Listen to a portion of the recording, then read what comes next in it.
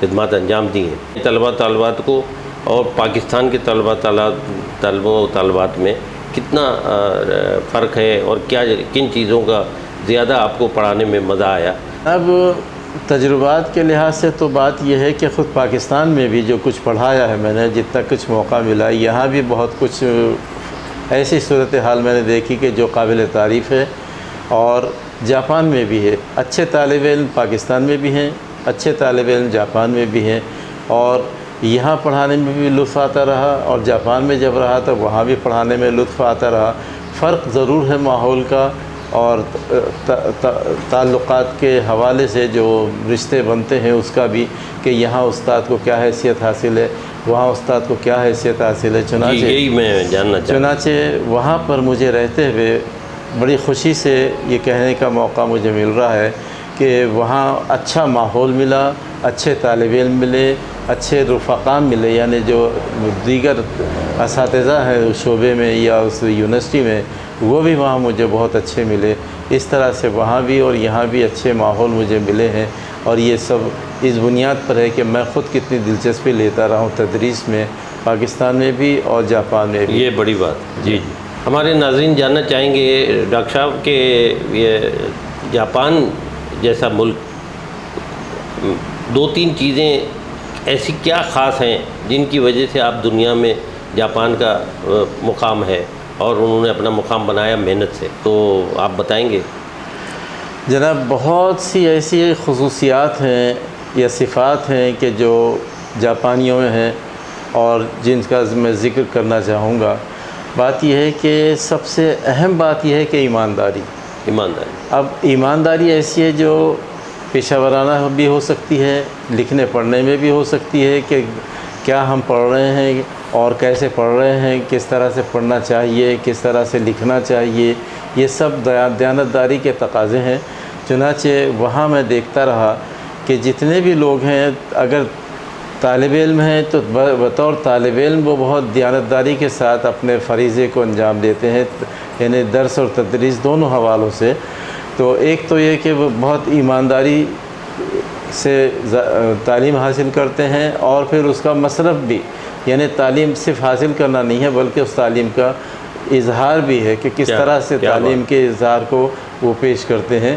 تو وہاں پر مجھے یہ احساس ہوا کہ وہاں کے طالب علم اکثر مطالعات میں بھی دلچسپی لیتے ہیں، تحقیقات میں بھی دلچسپی لیتے ہیں، یعنی صرف اس حد تک نہیں کہ جو ان کو پڑھایا جائے، جو ان کو بتایا جائے وہی اسی پر عمل کرے، لیکن اس کے آگے بھی جا کر وہ کوشش کرتے ہیں کہ اس کی گہرائی میں کس حد تک جا سکتے ہیں، کیا کچھ مزید سیکھا جا سکتا ہے، کیا کچھ مزید تعلیم حاصل کی جا سکتی ہے، کیا علم حاصل کیا جا سکتا ہے، اس علم کا اظہار کس طرح کیا جا سکتا ہے، یہ وہاں پر میں نے خاص طور پر دیکھا۔ ضرور یہ بات بھی کہہ سکتا ہوں کہ یہاں کے طالب علم بھی، بعض اچھے طالب علم ہمیشہ ہر جگہ ہوتے ہیں، تو یہاں کے بھی طالب علم میں یہ صفات اور خصوصیات ہیں، لیکن جاپان میں اس لیے زیادہ نظر آتی ہیں کہ وہاں کا یہ ماحول بہت عام ماحول ہے۔ جی جی، یہاں ہمارے یہاں ذرا کھلا ماحول ہے، یہاں ذرا گھٹن ہے۔ جی ہاں، یہاں اس طرح کی کوئی بات نہیں۔ جی، معین الدین عقیل صاحب، ہمارے ناظرین جاننا چاہیں گے کہ جاپان کا نظام تعلیم اور پاکستان کا نظام تعلیم میں کیا فرق دیکھتے ہیں آپ؟ کہاں ایسی بات ہے جہاں ہمارے پاکستان میں بہتری کی کمی رہ گئی ہے؟ کہ نظام تعلیم دونوں تقریباً برابر ہیں۔ یہاں بھی جس طرح سے یہاں کے نظام ہے کہ یہاں میٹرک ہے یا انٹرمیڈیٹ ہے یا گریجویشن ہے یا ایم اے ہے، ماسٹرز ہے، پی ایچ ڈی، اس طرح کی یہی سطحات وہاں بھی ہیں، جاپان میں بھی یہی مراحل ہیں، سب کچھ ہے۔ لیکن واقعہ یہ ہے کہ یہاں پڑھنے کا اور پڑھانے کا جو معیار ہے وہ اتنا زیادہ بہتر نہیں ہے جتنا کہ جاپان میں ہے۔ وہاں طالب علم بھی دلچسپی زیادہ لیتے ہیں اور اساتذہ بھی ان میں دلچسپی پیدا کرتے ہیں، اور وہاں کے اساتذہ زیادہ ایمانداری سے، زیادہ دیانتداری سے پڑھاتے ہیں۔ یہ اصل وجہ ہے، اور بہت کامیابیاں اس کی وجہ سے میسر آتی ہیں طالب علموں کو۔ تو طالب علم اگر وہاں کچھ سیکھتے ہیں، زیادہ سیکھتے ہیں، تو اس وجہ سے کہ وہاں کے اساتذہ انہیں سکھاتے ہیں، اور وہاں کا نصاب تعلیم بھی ایسا ہے کہ جو طالب علم کو مکمل بناتا ہے، ایک طالب علم کے طور پر بھی اور ایک بہترین علمی حوالے سے ایک شہری کے طور پر بھی۔ تو یہ خوبیاں وہاں کے نظام تعلیم میں ہیں کہ وہاں طالب علم اساتذہ کے مرہون منت ہوتے ہیں اور وہاں کے اساتذہ اس قابل ہوتے ہیں کہ وہ دیانتداری سے طالب علم کو ایک معیاری اور مکمل طالب علم بنا سکتے ہیں۔ معین الدین عقیل صاحب، آپ کی تقریباً 80 کے قریب مقالے اور تصانیف آئی ہیں، اور یہ ایک بہت بڑی تعداد ہے جو میں پاکستان میں دیکھ رہا ہوں کہ بہت کم ادیب اتنا کام کیا ہے ادب کے حوالے سے۔ مجھے یہ صرف بتائیے کہ تدریس کے عمل کو جاری رکھتے ہوئے اتنی محنت سے یہ کام کرنا کتنا آپ کو کیسے وقت نکالا؟ بنیادی طور پر یہ تربیت کا بھی مسئلہ ہے۔ جب میں پیدا ہوا تھا، ہوش سنبھالا، اسکول جانے لگا، اس وقت میں دیکھتا تھا کہ میرے والد لکھنے میں دلچسپی رکھتے تھے، میری والدہ بھی لکھنے پڑھنے میں دلچسپی رکھتی تھی، تو ان دونوں کو دیکھ کر میں نے خود بہت کچھ سیکھا، شوق بڑھا۔ اور جب میں طالب علم تھا تو اس وقت ہی میں نے لکھنا شروع کر دیا تھا، مضامین اور مقالات میرے شائع بھی ہونے لگے تھے، یعنی جب میں اسکول میں پڑھتا تھا تو اس وقت میری چیزیں چھپتی تھیں اخبار میں بھی اور رسالے میں بھی، تو یہ ایسی باتیں تھیں کہ جس کی وجہ سے میرا شوق بڑھتا رہا۔ اور جب میں نے ماسٹرز کر لیا یعنی ایم اے کر لیا تو اس وقت میں اس قابل ہو گیا تھا کہ کتاب بھی لکھ سکوں، چنانچہ میں نے کتابیں لکھیں اور کتابیں لکھتا رہا، اور زندگی بھر کا یہی مشغلہ ہے، لکھنا اور پڑھنا۔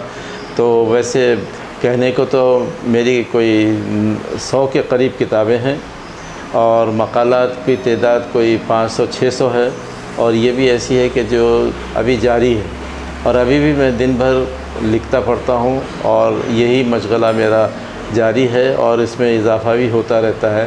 تو یہ ساری باتیں ایسی ہیں جو تربیت پر منحصر رہیں، اور تربیت کے اثرات مجھ پر ہیں کہ میں نے اپنے آپ کو کسی قابل بنایا کہ میں یہ کام کر سکوں، اس طرح کے لکھنے اور پڑھنے میں اپنے آپ کو نمایاں کر سکوں۔ یہ میرے اللہ تعالیٰ کا شکر بھی ہے اور ساتھ میں میرے والدین کی دین بھی ہے۔ یہ ناظرین، ہمارے ساتھ موجود ہیں ڈاکٹر پروفیسر معین الدین عقیل اور ان کی بیگم فریثہ عقیل صاحبہ۔ فریثہ عقیل صاحبہ، یہ بتائیے کہ آپ ہاؤس وائف زیادہ تر گھر کو دیکھ بھال کر رہی تھی، اور عقیل صاحب جو ہے نا وہ اپنی جاب پر ذمہ داریاں نبھا رہے تھے، تو بچوں کی تعلیم و تربیت میں آپ نے کیسا آپ نے نبھایا، اور گھر کو بھی بہت خوب نبھایا پر کیا یہ سب کچھ؟ دیکھیے، یہ بھی جیسے کہ ماحول کا بھی اثر ہوتا ہے، مجھے اپنے والد کی طرف سے بھی وہ تھا، والدین کی طرف سے بھی، کہ وہ لوگ پڑھائی کی وہ بہت اہمیت دیتے تھے۔ تو ہمارے والد یہ کرتے تھے، آفس سے آنے کے بعد اپنے کام سے شام کی چائے پہ سب کے لیے ضروری ہوتا تھا کہ وہ مل بیٹھ کے پیے، اور پھر وہ ہر بچے سے سوال کرتے تھے کیا بات کہ بھئی آپ لوگوں نے کیا کیا، آج آپ کی کیا ہو رہی، ہر چیز پوچھ کے۔ تو اس سے تو ظاہر ایک طرح کا ماحول تھا اور اس طرح کی باتیں ہوتی تھی تو تھا۔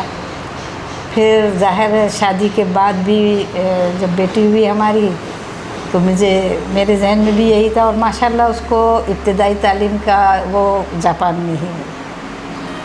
جاپان کتنے بچے ہیں آپ کے؟ میری ایک بیٹی ہے۔ ایک بیٹی؟ جی ہاں۔ تو ماشاءاللہ وہاں کا ماحول میں اس نے 5th گریڈ تک پڑھا، وہاں سمجھے اچھی تھی۔ ظاہر ہے میں نے یہاں بھی تعلیم حاصل کی، وہاں بیٹی کی تعلیم کو دیکھتی تھی، بہت متاثر ہوتی تھی کہ کتنا اچھا انداز ہے ان کا، ایک ایک چیز کا، ہر چیز کا سکھانا، ہر چیز کی بات کرنا، لائبریری لے کے جانا ابتدائی سے۔ ابھی بچے کچھ کر ہی نہیں، 3.5 سال کی تھی سمجھے آپ کو جب گئی، تو بس اس طرح کی وہ تھی اسی ماحول میں۔